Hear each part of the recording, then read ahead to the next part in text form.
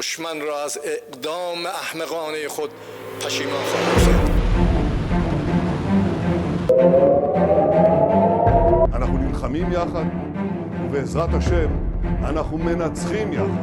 আকাশ তখনও নীল, ভবনের ভেতরে আলো জ্বলছিল।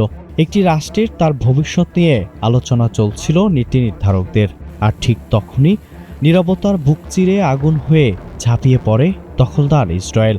লক্ষ্য ছিল শুধু একজন মানুষ নয়, বরং একজন রাষ্ট্রনায়ক, যাকে শেষ করে দিতে পারলে মেরুদণ্ড ভেঙে যেত গোটা মধ্যপ্রাচ্যের।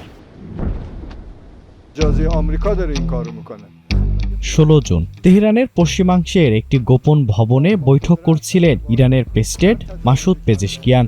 তার সঙ্গে ছিলেন পার্লামেন্ট স্পিকার মোহাম্মদ বাঘের গালিবাফ, বিচার বিভাগের প্রধান মোহসেনজি ইজেই ও জাতীয় নিরাপত্তা কাউন্সিলের সিনিয়র সদস্যরা।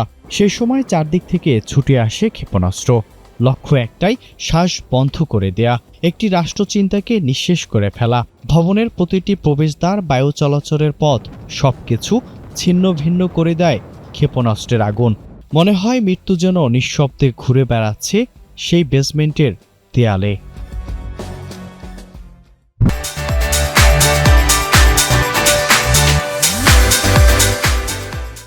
ইরানের রেভলিউশনারি গার্ড কোরের আইআরজিসি সংশ্লিষ্ট এক আউটলেটের প্রতিবেদনে এ তথ্য জানানো হয়েছে। সংঘাতকালে পেজেশকিয়ানকে হত্যা করতে অন্তত 6টি বোমা ছুড়েছিল ইসরায়েল। এই হামলায় পেজেশকিয়ানের ডান পায়ে আঘাত লাগে।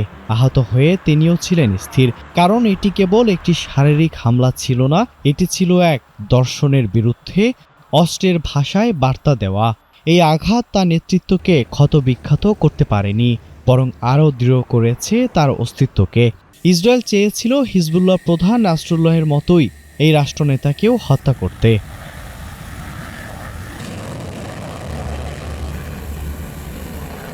ইরানি সংবাদ সংস্থার মতে এই হামলার পেছনে ইসরায়েলি গুপ্তচরের সহযোগিতা ছিল বলেই তারা এত নিখুঁত সময় এবং স্থান নির্ধারণেও সক্ষম হয়েছে। এমনই সূক্ষ্ম ছিল পরিকল্পনা, যেন ভবনের প্রতিটি দরজাও আগে থেকেই চেনা, কিন্তু পরিকল্পনার ভেতরেও থেকে গিয়েছিল একটি ফাঁক, আর সেটি জীবন বাঁচায়। একটি বিকল্প গোপন পথ দিয়ে বেসমেন্ট থেকে বেরিয়ে যান প্রেসিডেন্ট ও তার সহকর্মীরা। তাদের অস্তিত্বকে বাঁচিয়ে রাখে পূর্ব প্রস্তুতি ও ঠান্ডা মাথার সিদ্ধান্ত।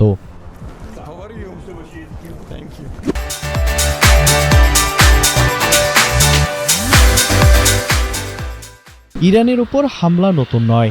পরমাণু বিজ্ঞানী, বিপ্লবী গার্ড, সামরিক বাহিনীর শীর্ষ নেতারা, ইসরায়েলের গোপন অভিযানে নিহত হয়েছেন অনেকে, কিন্তু প্রেসিডেন্টকে হত্যা করার এই প্রচেষ্টা ছিল একটি নতুন মাত্রা, নতুন সংকেত, যে সংকেত বলে দেয় মধ্যপ্রাচ্যের দাবানল নিভে যায়নি, বরং ছড়িয়ে পড়ছে নিঃশব্দে।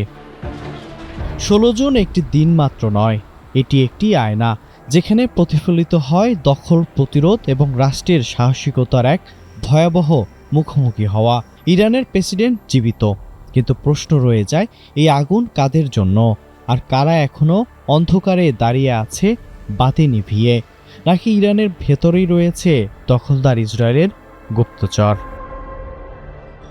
Miran Ahmed, NTV online.